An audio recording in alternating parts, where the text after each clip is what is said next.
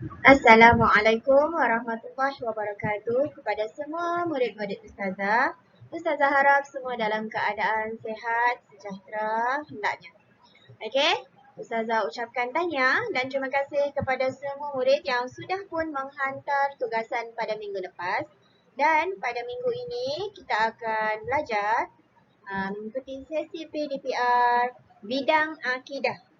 Okay, bidang akidah yang bertajuk Agung dan Mulianya Tuhanku bersama Ustazah Farizian. Ustazah minta maaf kalau sound tak berapa okey sebab sekarang hujan. Okay, Ustazah harap dengarlah. Okay. Sebelum kita mula, Ustazah nak semua tadah tangan untuk baca doa belajar. Bismillahirrahmanirrahim. Allahumma ftah alaina hikmataka wanshur alaina min khazaini rahmatika ya arhamar rahimin. Amin. Okey. Untuk objektif pembelajaran kita pada hari ini, yang pertama, di akhir pembelajaran ini awak dapat menyatakan pengertian nama Allah Al-Azim dan Al-Hamid. Yang kedua, menyatakan hukum beriman dengan tepat. Dan ketiga, membaca dalil nakli dan ertinya dengan betul. Okey, mari lihat gambar ini. Gambar apa yang Ustazah bagi ni? Okey, siapa tahu ni gambar apa? Ini ialah keratan rentas jantung manusia. Okey, siapa yang mencipta jantung? Siapa yang mencipta jantung kita? Sudah semestinya Allah Subhanahu wa Ta'ala. Okey, jantung kita berdenyut 70 hingga 100 kali per minit. Okey, tanpa henti, tiada rehat. Okey, jantung kita dari dalam perut ibu kita lagi, jantung kita dah berdegup. Okey, 70 hingga 100 kali untuk 1 minit. Okey, kalau awak nak tahu jantung awak berdegup atau tak, awak boleh periksa dekat nadi tangan awak tu. Okey, pergelangan tangan, cuba cek. Okey, ada tak denyutan nadi? Okey, denyutan nadi kita seiring dengan degupan jantung. Okey, siapa yang tak ada denyutan nadi tu maksudnya bukan manusia lah dia. Okey, sebab semua manusia yang hidup, okey, manusia yang hidup, dia nadi dia mesti berdenyut sebab jantung dia berdegup. Okey, apa fungsi jantung ni? Okey, fungsi jantung ni untuk membekalkan oksigen kepada semua organ dalam badan. Dan fungsi jantung ni juga untuk menyingkirkan karbon dioksida dalam badan kita. Okey, so kita tak nak karbon dioksida. Okey, kita melepaskan karbon dioksida dan menyedut oksigen. Okey, jadi dua saluran darah ni yang mengangkut oksigen dan mengangkut karbon dioksida ni tidak bercampur. Dia ada laluan dia masing-masing. Okey, betapa Allah meneliti dalam penciptaannya. Okey, sangat-sangat teliti. Hebat tak Allah? Sangat-sangat hebat. Kalau sangat hebat tu maksudnya apa? Maha hebat. Okey, maha ni yang paling tinggi.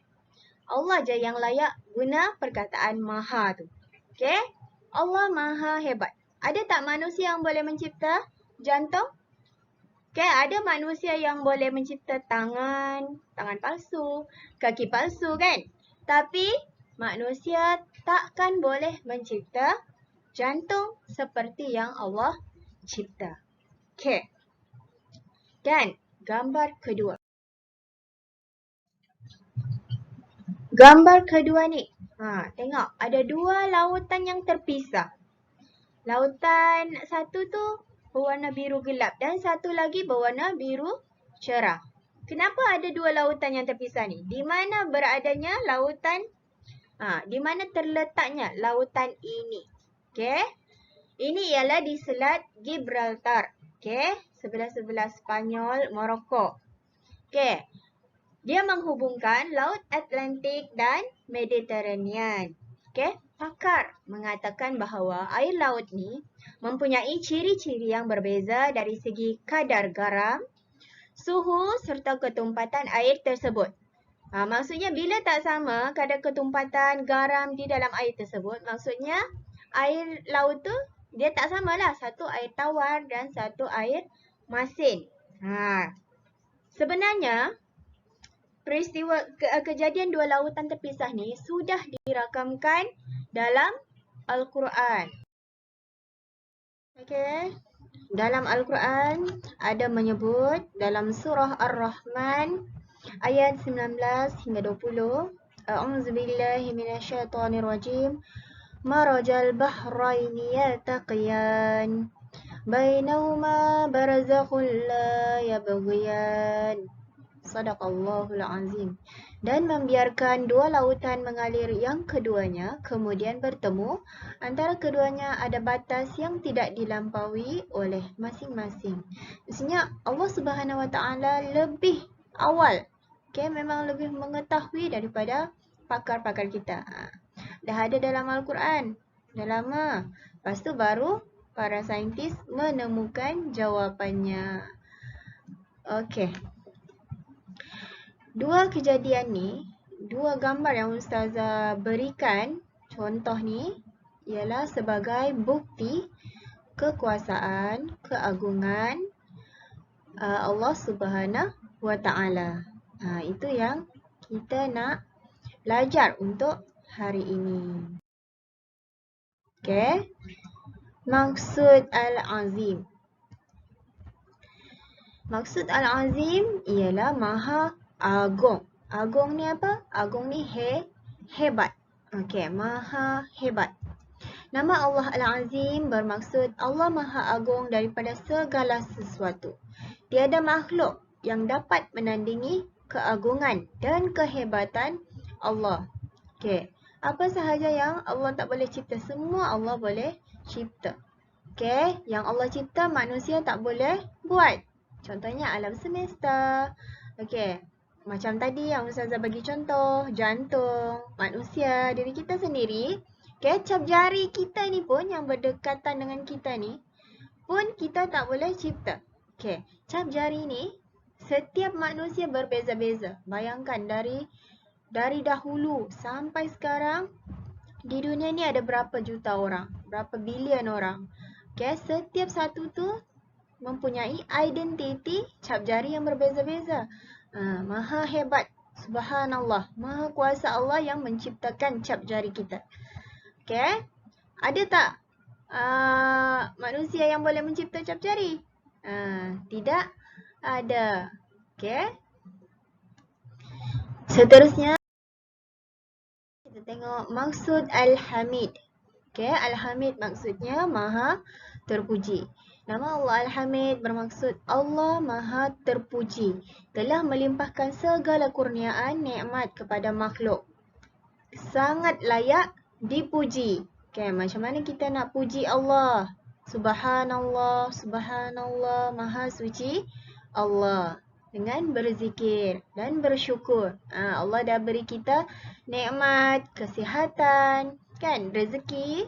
So kita kena bersyukur.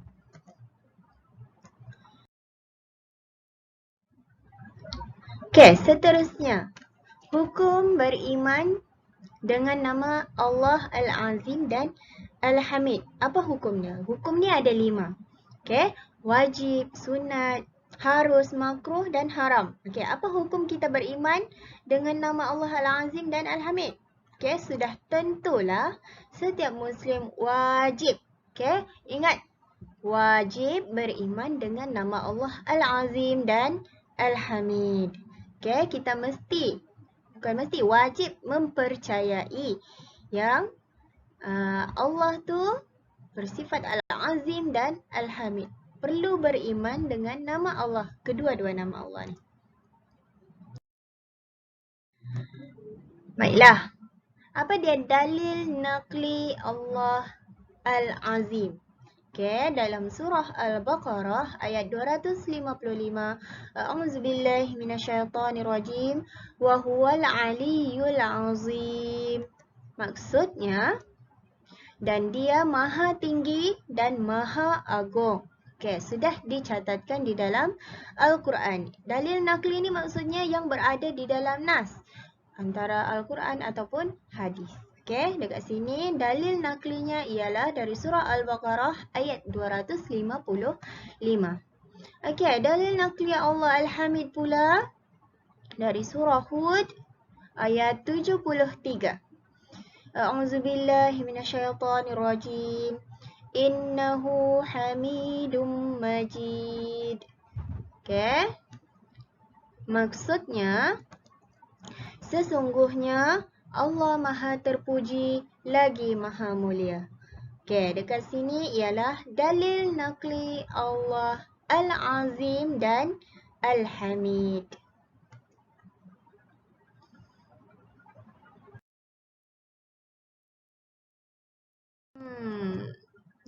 Okey, Ustazah harap semua boleh menyatakan maksud Allah Al-Azim dan Al-Hamid, menyatakan hukum beriman dengan Al-Azim dan Al-Hamid, dan membaca dalil nakli dan pengertiannya.